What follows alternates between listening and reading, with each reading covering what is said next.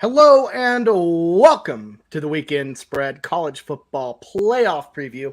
I'm your host, Bobby Howard. With me today, the captain, the king of the frogs, Boatin Blake. Blake, how surreal is it?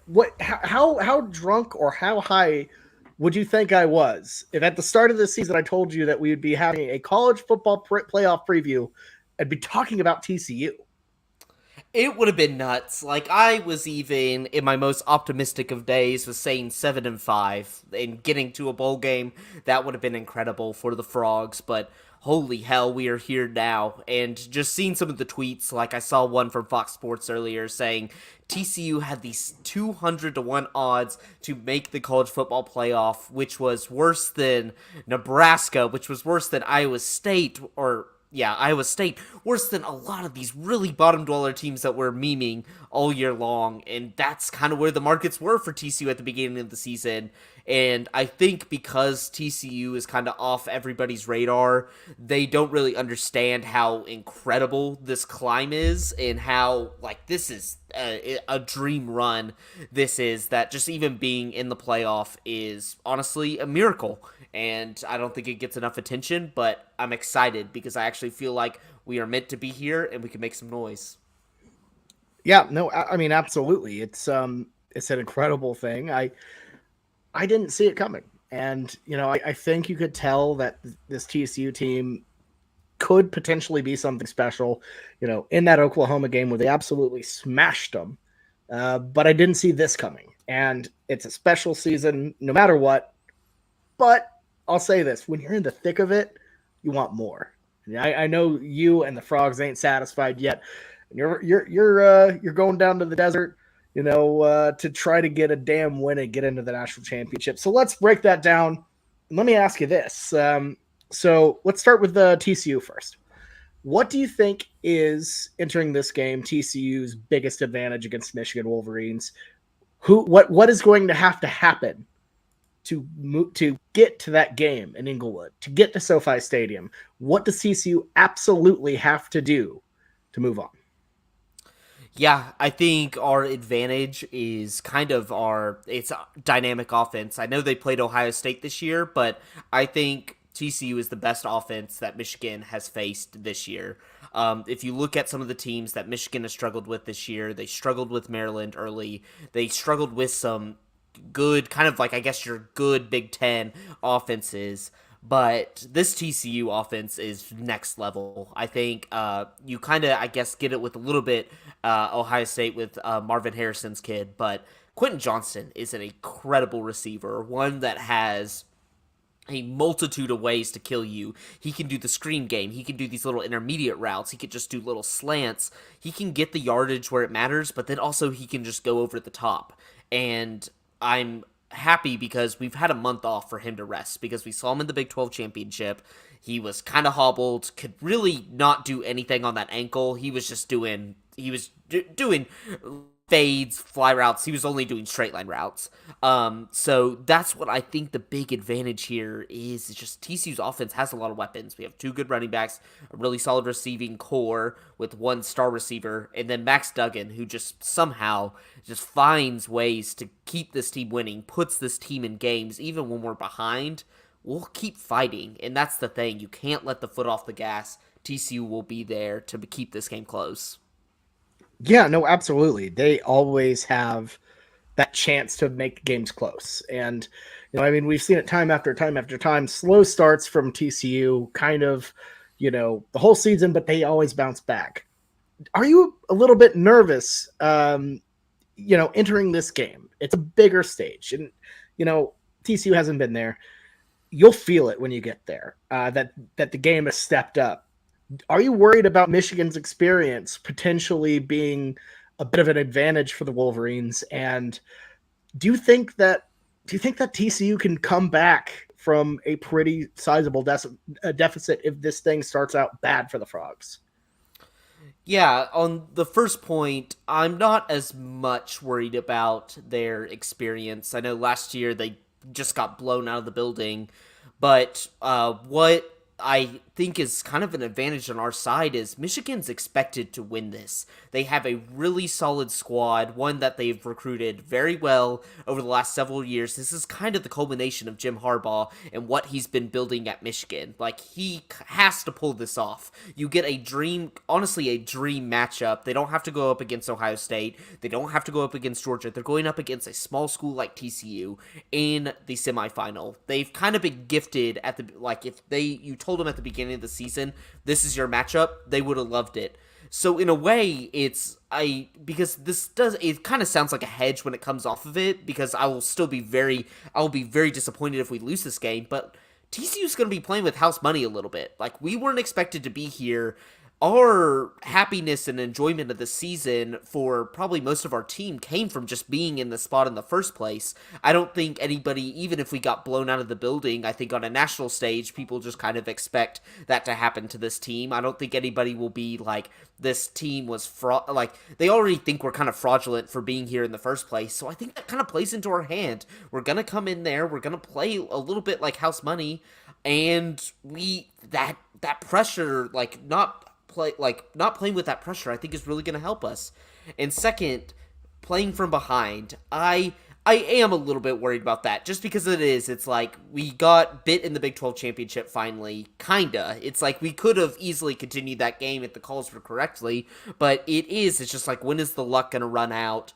But it's just something about the squad. It's weird. It's not quantifiable, but we'll just remain in games. And I think the months-long rest and kind of the month to game plan things, I think is really going to help us. Because when we were seeing ourselves get down in deficits, it was because I think we had back-to-back-to-back weeks of really quality opponents. And I just felt like either whether we were banged up or game planning-wise, couldn't get there in the first half. I think that's going to change this game. Right. I think we're going to compete immediately. And that's what I hope, because it's going to be really frustrating if we don't. We've had a month off to game plan against this Michigan squad, so I hope to keep it close in the beginning. Yeah, I mean, you would definitely hope that Sonny Dykes has a really solid script whipped up for this one. Yeah, for sure. Couple points. Michigan's physicality has I feel like they have a bit of an edge on that, on athletes, but that hasn't been an issue for TCU against, say, like Texas. Are you worried about that as well? Yeah, like, their physicality, I think the Michigan fans overestimate it at points. They're like, TCU hasn't faced a team this physical, and I think they're correct in that. Yes, like, Michigan is by far going to be the most physical team we've played all year, but to act like this is the Big 12 of like 5 or 6 years ago, where there's absolutely no defense, is kind of a joke. And there are some good defense and some good offensive lines in the Big 12, and where Michigan's physicality really works for them is in the run game. And you said it just a second ago. With Texas, we were able to hold Bijan Robinson to less than 50 yards. Like, he got nothing against us, and Bijan Robinson is one of the, I think everybody can agree, one of the best backs in the nation, and had a really surprisingly good offensive line this year for Texas, and we were still able to dominate that. I think Michigan, it's gonna be a problem just because Michigan is, like, they are more stout up front. I don't think TCU's biggest strength has been able to generate sacks or pressure on the quarterback this year, but I do think the way in which our defensive system is set up, we've been really good against the run. And I feel like Michigan is going to want to establish that in order to get J.J. McCarthy to be able to throw the ball a little bit. I feel like they're very complimentary about that fact. And so I do feel comfortable that I've seen evidence that we can stop good running teams, but this will be the most physical team TC's played by far. Right. And, perfect segue, because to your point, or to that same kind of point, Sonny Dykes did say at one point that stopping the run is like paramount for TCU. That's what they're trying to do. Make JJ McCarthy beat you. And I felt like the response on Michigan Twitter was kind of like laughing at that. Like, oh, like Ohio State said the same thing. Everyone said the same thing the whole, that whole year. And, obviously no Blake Corum for this matchup. You'll be, so it'll be different. They obviously have a solid backup as well in Donovan Edwards. But do you think TCU is, obviously, you say they're well equipped to stop the run. I think they have a better shot at that than most teams out there. But do you think does JJ McCarthy scare you? Or I keep saying scare you at all, like Michigan's all that spooky. But do you think TCU's passing defense, particularly with Hodges Tomlinson, the Thorpe Award winner, do you think they're well equipped to stop JJ McCarthy in that passing game? I think they are, because I think we have two really solid corners led by Travius Hodges Tomlinson. But the thing was, what Ohio State did was they sold out for the run, and then JJ McCarthy had a surprise passing game in that second half to really revitalize that offense. We have that game on tape now. We kind of know the way in which they established J.J. McCarthy in the first place was they were committed so much to the run that they were able to get those deep shots downfield once they brought up those guys. So we are going to play probably more to stop the run and allow J.J. McCarthy to beat us, but also we now have on film, we can see J.J. McCarthy can throw the ball downfield, which is something we haven't seen all year long for Michigan, and when they get kind of in those close games, they're willing to do it. So I think the difference in this TCU team versus our past good defenses has been the corner play. I feel like we've been really good against the pass, and I think Sonny Dykes saying things like that is we have been able to sell out the run for against teams like Texas just because we have good enough corners and safeties that can take these guys one-on-one, and we feel confident that they can make stops, which is a rare feeling in college football, especially considering there's usually some sort of leaky side or a leaky corner. TCU has had that locked up this year. So I think that's just more of a indictment of how good this TCU pass defense is, that we can sell out for the run because we know these guys can cover one-on-one. Absolutely. Absolutely. Last thing before we kind of get into predictions and all that. What is the one underlying thing that I think that you think that most people, who aren't TCU or Michigan fans, or maybe I'll just say this, who aren't as familiar with TCU or this matchup, might be overlooking? What is that one kind of factor, that the one player, one scheme, one setup that you think is going to make a difference that potentially that other people might not be seeing from your perspective as a TCU fan? It's TC's run game. Kendre Miller, I feel like, has been overlooked this entire year just because we've had such big defensive weapons. Our quarterback being the second place in the Heisman finalist. We had guys like Quentin Johnston, who's probably going to be playing on Sundays in big-time games in a few years. We've had good players, but Kendre Miller has really been a safety blanket for us whenever we've gotten down in games, or Max Duggan, he's not finding the guys.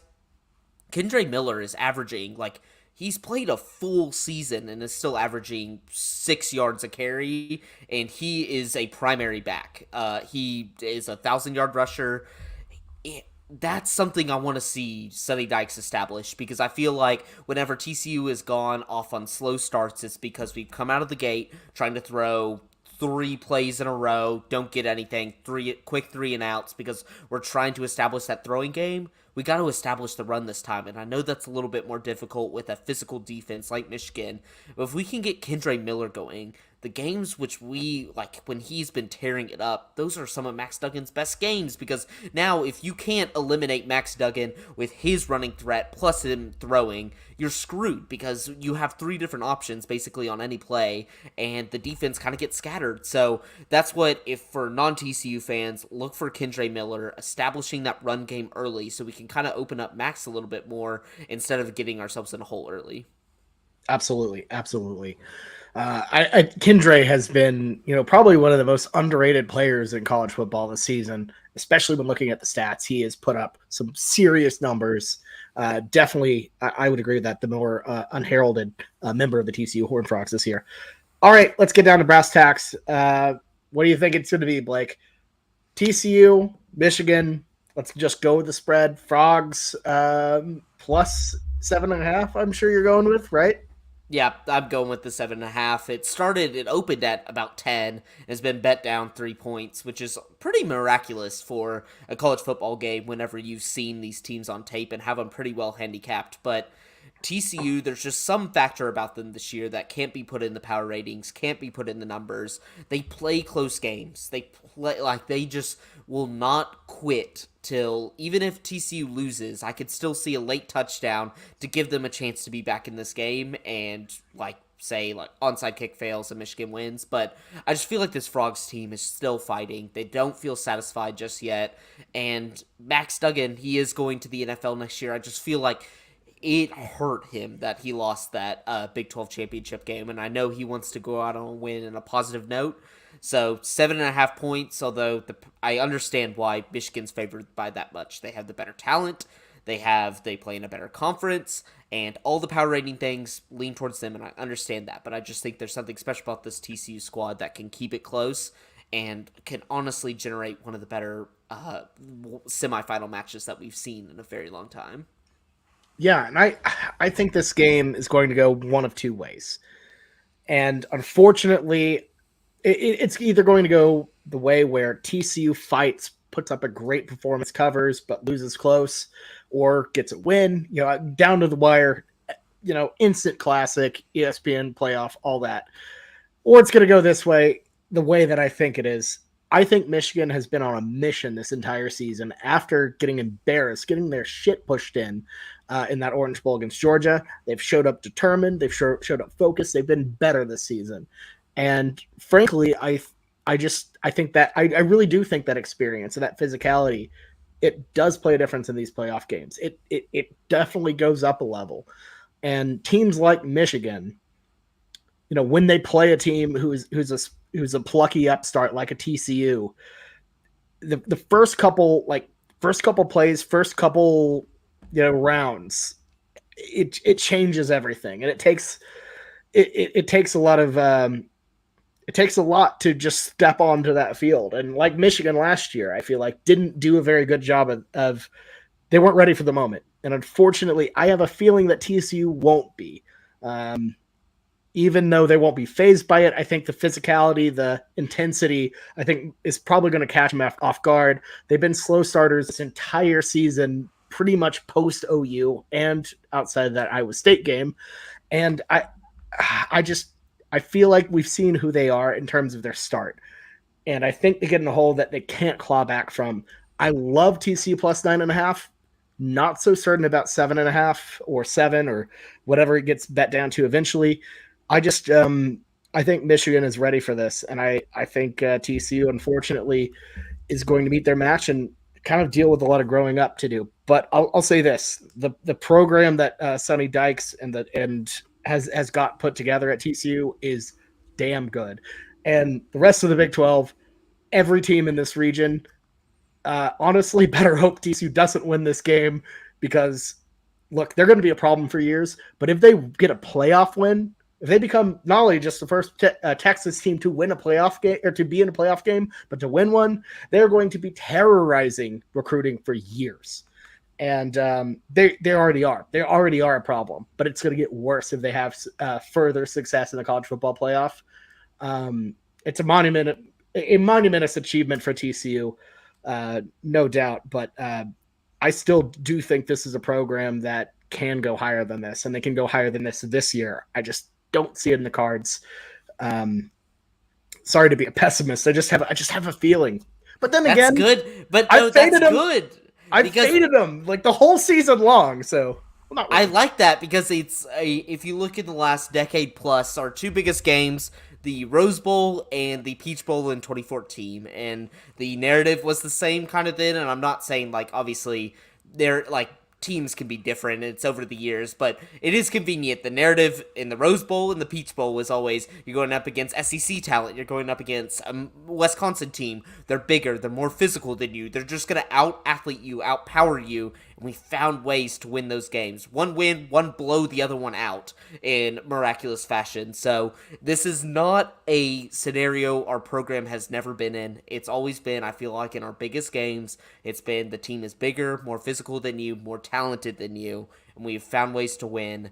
I that at least gives me a sliver of hope that I shouldn't be scared of this game, that it's just because Michigan is bigger, they're more physical, have better players, that were an automatic out. that kind of washes away, that I can actually see a pathway for us to win. And I see how you arrived to your conclusion, but I'm not scared of your analysis after seeing our last two sample size, like our last 2 points in the sample. I think that's fair. I mean, look, it's a program that's defied all odds. That was left for dead in the '90s after, after all of its Southwest Conference member, friends jumped and joined the Big 12, and they were left out in the cold. They've fought through so much to get to this moment, and hell, what's another shock to break? When everyone was predicting 6-6 and all this stuff. I could see that happening. I just realistically, I feel like the playoff is a different level, and I do hope I'm wrong. I honestly do hope I'm wrong, because it would be really cool to see TCU make that leap and do that against Michigan. It'd be remarkably funny to see Michigan fans completely lose their shit. I want to see that happen, but at the same time, I don't think it yet. But now, look, idiots like me have been wrong about this, like you said, for a while. So we'll see how it plays. We'll see how it plays out, but I'm certainly excited to watch it. I think it's going to be a great football game. So, and I know you're excited to go. Hopefully Southwest doesn't screw you on that. Yes, I was like all TCU games this year, there is a lot of doubt and you feel like crap, and then there's a comeback. So they haven't canceled my flight yet. I hope that is like when TCU is down and we have a great comeback on Friday when I board that flight and I'm on my way to Phoenix. If I get stranded in Phoenix, I don't care. I'll find a way back, but at least get me there so I can watch my Frogs play in person. There you go. I love it. So, all right. Definitely looking forward to hearing back from you on how your CFP experience went. That should be super fun. And I hope you have a great time out there. But we have another game to talk about. We'll make this real quick because I think it's pretty cut and dry. The Ohio State Buckeyes get a second life against the Georgia Bulldogs. So is it really life? I don't know. Georgia favored by 7.5 here. I'm not sure if that spread's correct, but I think they're favored by 6.5, actually. Favored by 6.5 at the Mercedes-Benz Stadium in Atlanta. Home advantages do not get any more intense than this. This is their third game this season at the big. I'm not going to say it. You know what it looks like. Anyways, Blake. Quickly, or not quickly. I don't want to rush through it too much. But your thoughts on this game? Do the Buckeyes have a chance to make this a game? I do. I lean Georgia, but I think they do, just by the sheer talent that Ohio State has. Like when you have a guy like CJ Stroud, you have a great receiver, Marvin Harrison, and you have a decent defense. Like I think that stands a chance. Like when you look at Georgia probably hated that they had this matchup just because Ohio State has national championship contender like talent on their roster. Whether I think they are well coached or really can fulfill that, I think that's kind of the separate discussion on where Ohio State is as a program. But I do think they have talent there. It's Georgia's worst nightmare matchup because I bet they would rather play TCU. Like they would blow TCU out just from their like you talk about Michigan physicality. Georgia physicality is a way different animal. But yeah, I just think on the offensive side of the ball, Ohio State has the chance to make this a close game and probably the closest 1-4 game we've seen in a very, very long time. Yeah, absolutely. And I mean, look at what Ohio State has done as an underdog. First college football playoff, gets in as a 4 seed. A lot of people don't look, if they failed, just immediately lost to Alabama, people will be talking about TCU getting screwed out of that. But instead they won the whole damn thing. And, underdog Ohio State just has a different vibe to it. I think they did this in 2020 against Clemson, kicked the crap out of them, got that off their shoulders. So, yeah, it's a thing. And, coming off a second consecutive physical, emotional, mental beatdown by Michigan. Like, they did not respond well to last year's loss at the Big House at all. And it was at home. Everything was going their way. The weather was fine. They couldn't complain about a single thing, and they still got beat at home. They got their flag planted in midfield. The lamest flag plant. It was so bad. It was so bad. He just like ran over here and just went pop. Like, yeah, like you could barely tell it was a flag plant. Besides, you're like, oh, there's kind of the Ohio State logo, and I guess the flag is not like hovering in the air. It is on the ground, but it was and then they so just like kind of like spread it out. It was so bad. It was so bad. Michigan, we gave you OU gave you the blueprint. Just follow it. It's not groundbreaking stuff. It's so bad. But no, I mean, Ohio State and specifically Ryan Day have just been flat out emasculated every time they played a game that has actually mattered. And I'm starting to run out of, honestly, I don't want to say hope because I don't like hope for Ryan Day to do well, but I'm starting to run out of any sort of confidence in him as a big game coach because every time they run up against a physical opponent that is their size, they wilt every single time. And Georgia, look, they're a team that has gotten all of their boogaloos away. They've chased the ghost from 1985 on. Like those are all gone. They're now just good. They're talented. They will punch you in the mouth, and they have the confidence to win games. Look, the offense obviously not great, but they make Stetson Bennett look good at times. Combined with that elite defense, that is a team to me that should bully Ohio State. And motivation wise, the Buckeyes have to start hot. They have to get their rhythm in, because if Georgia comes in, punches them in the mouth, I don't see them getting off the mat. I see them rolling over and taking their NIL money and hitting the draft. Like they do not seem to me like a very mentally tough program, a physically tough program, and Georgia is, especially given the home game element. I don't see Ohio State bouncing back well from this, but also they have the firepower to do it. So who knows? I don't know. What do you think about that, Blake?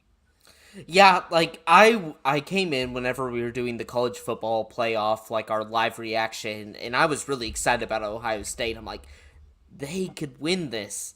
And then now, like, just thinking about it, I'm like, I think just Georgia just kind of manhandles them. I think looking back at the two games that Ohio State has on their schedule that are really difficult, you have your Michigan, Penn State. Those are the two big players in the Big Ten that you have to play, and that defense really, really, really struggled against those two teams. And Georgia, although I feel like they don't have, besides maybe Brock Bowers, they don't have that like elite, like big playmaker. They're so good that they're able just to get yards easy. Stetson Bennett has honestly been like a above average quarterback, been able to like, honestly, the perfect dream for them is just run the offense, don't turn the ball over, just keep getting yards. They're looking at the running back stats, and it's like they don't have a dominant rusher, but their top three running backs have 709, 687, and 531 yards. Like, they're able just to disperse the ball, and that offensive line is just so talented that regardless of who's behind it, they're going to get yards running. They have Brock Bowers across the middle. They're going to get yards with him because he is fantastic. Like, I know Michael Mayer and Dalton Kincaid, they're going to get more of the praise this year just because I feel like their offense are a little bit more high-flying and feature them more. But, like, he's probably the better of the prospects. Like, he's fantastic. But yeah, it's Georgia's only bad defensive game, like if you look yards wise, is LSU, and they blew them out, and it's just like basically garbage time at that point. So it's like they haven't had their worst defensive game, like looking like yards wise, it's Florida, who kind of came back in the third quarter and then soundly put them away. This Georgia team's just too solid. They get a great offensive performance each game. They get a great defensive performance each game. They're going to be in the national championship. Ohio State might be able to cover, but they're going to be in the national championship, just looking back at it.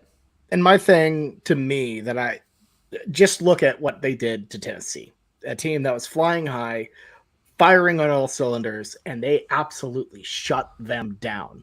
They have the ability to do that with Ohio State. And look, the last time we saw the Buckeyes, and not to be, to focus too much on recency bias. But the last time we saw them, they completely struggled against Michigan. They couldn't get anything going, and Georgia's better than Michigan by far, I think. So I'm not optimistic in Ohio State getting this thing going. I think they can, and like I said, I think it's a really big put up or shut up moment for Ryan Day for sure. But man, we'll see how it goes. Do we want to make some predictions or anything else you want to talk about with this one, Blake?